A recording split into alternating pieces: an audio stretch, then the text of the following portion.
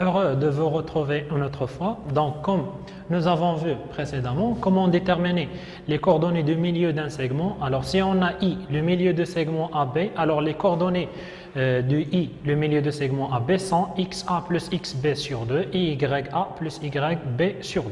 Alors, nous allons voir dans cette séance cette application pour mieux comprendre et nous allons voir ensuite comment calculer la distance entre deux points. Autre méthode pour prouver qu'un quadrilatère est ou n'est pas un parallélogramme. Alors, étant donné 4 points A pour coordonnées moins 2, 2, B pour coordonnées moins 1, moins 3, C pour coordonnées 3, 1 et F pour coordonnées moins 6, moins 2. Donc, prouver ou bien montrer que le quadrilatère AFBC est un parallélogramme. Alors, pour montrer que le quadrilatère est un parallélogramme, il suffit de vérifier que ces diagonales ont le même milieu.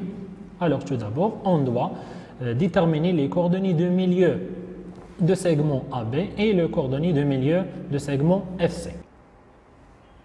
On a les coordonnées de milieu de segment AB sont XA plus XB sur 2, YA plus YB sur 2. Alors, je remplace.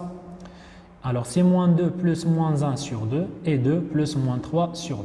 Alors, je calcule, on trouve bien que les coordonnées de milieu de segment AB sont moins 1,5, moins 0,5.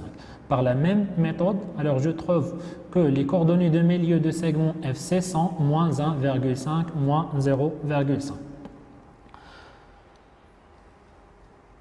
On remarque que les deux segments AB, les deux diagonales AB et FC ont les mêmes milieux. C'est le point I qui a pour coordonnées moins 1,5 et moins 0,5. Alors, on peut conclure que le quadrilatère AFBC est un parallélogramme. Alors, maintenant, on passe à la distance entre deux points dans un repère. Alors, pour cela, on va traiter cette activité. Si le repère est orthonormé, donc les droites AC et BC sont parallèles aux axes, donc perpendiculaires entre elles. Alors, le triangle ABC est rectangle en C. Alors, le théorème de Pythagore direct permet d'écrire le carré de l'hypoténuse AB est égal à AC carré plus BC carré. Alors, cela signifie que XC moins XA au carré plus YB moins YC au carré. Donc, on remarque bien que XB est égal à XC, c'est-à-dire je remplace XC par la valeur de XB. Et de même, concernant les ordonnées, je remplace YC par la valeur de YA, puisque les deux valeurs sont égaux. Donc, YA est égal à YC. Finalement, je trouve que la distance AB est égale à la racine carrée de XB moins XA, le tout au carré, plus YB moins YA, le tout au carré. Alors maintenant, on passe aux exemples. Alors, le plan est muni d'un repère orthonormé OIG. On considère les points A pour coordonnées moins 1, 1 et B pour coordonnées 3, 3. Alors, la distance AB est, toujours je donne la formule, alors AB est égal à la racine carrée de XB moins XA le tout au carré plus YB moins YA le tout au carré. Ensuite, je remplace XB par sa valeur, c'est 3, et XA par sa valeur, c'est moins 1. Et de même, concernant les ordonnées des points B et A. Alors, 3 moins moins 1, le tout au carré, plus 3 moins 1, le tout au carré, est égal. La racine carrée de 4 au carré plus 2 au carré est égal. La racine de 16 plus 4, donc est égal la racine de 20. Alors, si je simplifie la racine de 20, alors je trouve bien que la distance AB est égale à 2 racines de 5. Maintenant, on passe aux exercices. Alors, on a cet exercice dans un repère orthonormé OIG. On considère les points A pour coordonnées 1, 1, B pour coordonnées moins 1, 5 et le point C pour coordonnées 3, 2 et bien entendu F le milieu de segment AB. Donc, première question A, montrer que les coordonnées de F sont 0, 3. Deuxième question, on considère les points E pour coordonnées 2, 4 et M pour coordonnées moins 2, 7. Donc, soit la translation qui transforme C en E. Donc, première question, montrer que vecteur BM égale le vecteur AF égale le vecteur CE. Deuxième question, on déduire que f et m sont les images respectives de points A et B par la translation T. Maintenant, on passe à la correction. On a A de coordonnées 1, 1, B de coordonnées moins 1, 5, C de coordonnées 3, 2 et F le milieu de segment AB. Alors, première question, montrons que les coordonnées de point F sont 0, 3. Donc, on a déjà F, le milieu de segment AB. Alors, cela revient de dire que les coordonnées de point F sont XA plus XB sur 2 et YA plus YB sur 2. Alors maintenant, je remplace XA par sa valeur, alors c'est 1, plus XB c'est moins 1, divisé par 2, point virgule, YA, alors c'est 1, plus YB c'est 5, sur 2. D'où les coordonnées de point F. Alors maintenant, je calcule 1 plus moins 1, alors c'est 0. 0 sur 2, alors c'est 0. Et 1 plus 5, ça fait 6. 6 sur 2, ça fait 3. Alors, on peut conclure que les coordonnées de point F, le milieu de segment AB, sont 0, 3. Deuxième question, B. Plaçons les points A, B, C et F dans le repère OIG. Alors, on a le point A pour coordonnée 1, 1. Le point B pour coordonnée moins 1, 5. Le point C de coordonnée 3, 2. Et le point F de coordonnée 0, 3. Maintenant, on passe à la troisième question. On doit calculer les distances AB, BC et AC. Donc, C. Calculons la distance AB, BC et AC. Alors, on commence par la distance AB. Alors, pour déterminer la distance AB, il faut tout d'abord donner la formule. Alors, c'est la racine carrée de XB moins XA, le tout au carré, plus YB moins YA, le tout au carré. Alors, ensuite, je remplace XB par sa valeur. Alors, XB déjà est égal à moins 1, moins XA est égal à 1. Le tout au carré, plus YB alors est égal à 5, moins YA est égal à 1. Ensuite, je calcule moins 1 alors c'est moins 2, le tout au carré, plus 5 moins 1, ça fait 4 au carré. Alors maintenant, je calcule moins 1 le tout au carré, alors c'est 4, plus 4 au carré, c'est 16. Donc, je trouve bien que la distance AB est égale à racine de 20. Si je simplifie la distance AB, alors est égale à 2 racines de 5. Maintenant, on passe à la distance BC. Donc, pour calculer la distance BC, il faut tout d'abord donner la formule. Alors, c'est XC moins XB, le tout au carré, plus YC moins YB, le tout au carré. Alors, je remplace et ensuite, je calcule. Donc, XC est égal à 3, moins XB est égal à moins 1, c'est-à-dire 3 moins 1, le tout au carré, plus YC, alors c'est 2, moins YB, c'est 5. Alors, c'est 2 moins 5, le tout au carré. Ensuite, je remplace.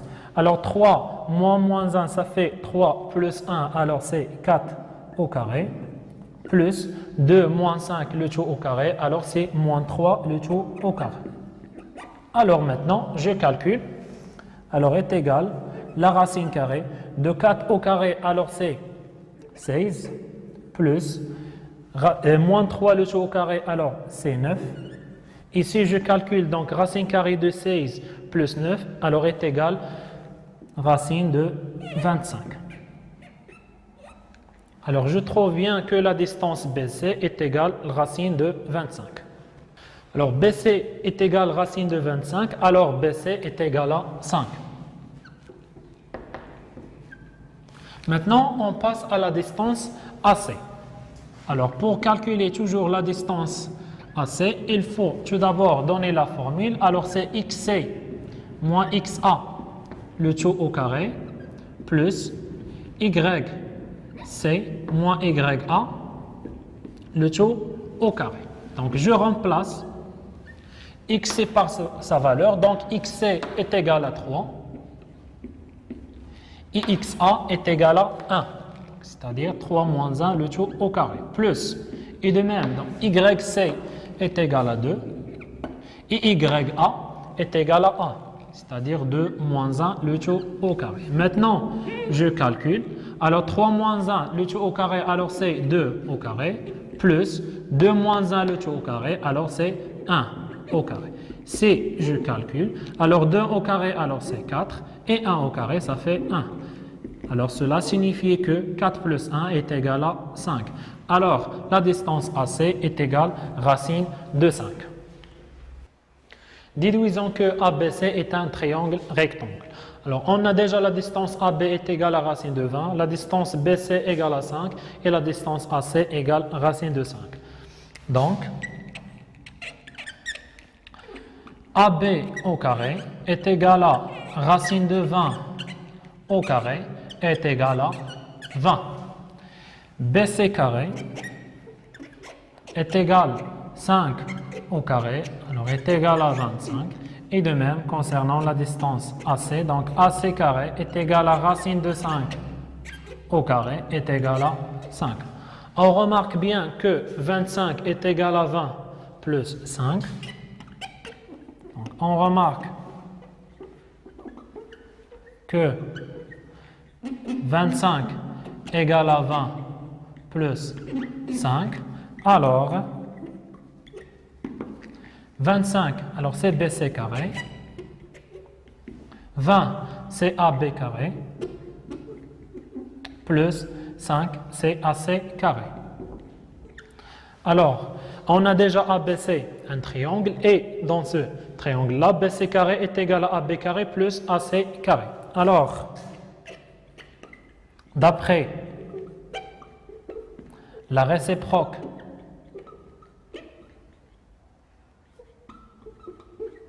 de théorème de Pythagore,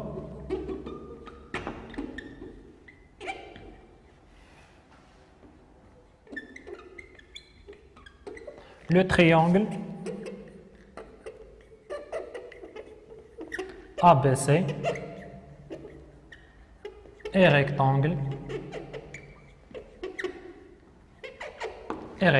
en A. Passons maintenant à la deuxième question. On considère les points E de coordonnées 2, 4, M de coordonnées moins 2, 7 et T la translation qui transforme C en E, c'est-à-dire T la translation de vecteur CE. Donc, question, alors montrer que vecteur BM égale le vecteur AF égale le vecteur CE. Alors pour cela, on doit déterminer les coordonnées de vecteur BM, vecteur AF et les coordonnées de vecteur CE. Alors on a déjà, pour déterminer les coordonnées de vecteur BM, alors il faut tout d'abord donner la formule. Alors c'est XM moins XB, point virgule YM moins YB. Alors ensuite je remplace, alors XM, alors déjà est égal à moins 2, moins XB déjà est égal à moins 1. Alors moins 1. Point virgule, alors YM est égal à 7, moins YB est égal à 5. Ensuite, je calcule. Donc BM, alors moins 2 moins 1, alors c'est moins 2 plus 1, c'est moins 1. Et 7 moins 5, donc ça fait 2. Alors le vecteur BM de coordonnées moins 1, 2. Maintenant, on passe au deuxième vecteur AF. Alors maintenant, on doit déterminer les coordonnées de vecteur AF. Alors nous avons vu dans la question numéro 1 les coordonnées de point F, le milieu de segment AB. Alors F a pour coordonnées 0, 3. Alors maintenant, les coordonnées de vecteur AF, tout d'abord je donne la formule. Alors c'est XF moins XA, point virgule YF moins YA. Alors maintenant, je remplace. XF, alors déjà est égal à 0, moins XA est égal à 1, YF est égal à 3, et YA est égal à 1. D'où, alors je trouve que le vecteur AF a pour coordonnées donc 0, moins 1, c'est moins 1, et 3 moins 1, c'est 2. Alors, le vecteur AF a pour coordonnées moins 1, 2. Et de la même manière, je trouve que le vecteur CE a pour coordonnées moins 1, 2. Alors, on remarque bien que les vecteurs BM a pour coordonnées moins 1, 2. Vecteur AF a pour coordonnées moins 1, 2. Et de même, le vecteur CE a pour coordonnées moins 1, 2. Alors, on remarque bien que les vecteurs BM est égal, le vecteur AF égale le vecteur CE.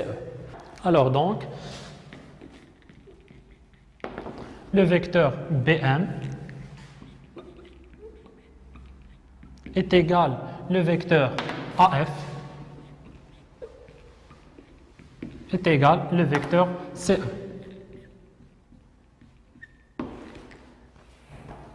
Passons maintenant à la dernière question.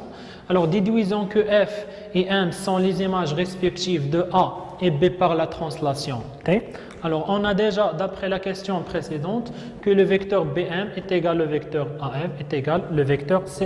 Cela signifie que, alors on a déjà, d'après la question précédente, que le vecteur BM est égal au vecteur CE. Alors, cela signifie que le point M est l'image de point B par la translation T de vecteur CE. Donc, M est l'image de point B par la translation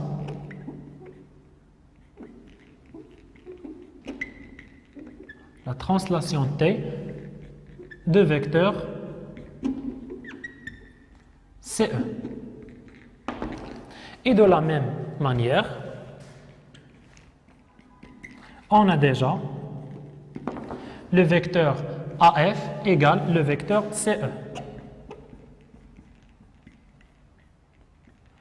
Cela signifie que F est l'image de A par la translation T de vecteur CE. Donc, F est l'image de point A par la translation T de vecteur CE.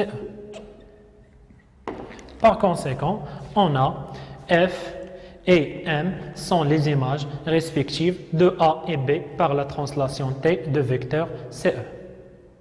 Enfin, nous avons terminé ce chapitre par cet exercice. Merci pour votre attention.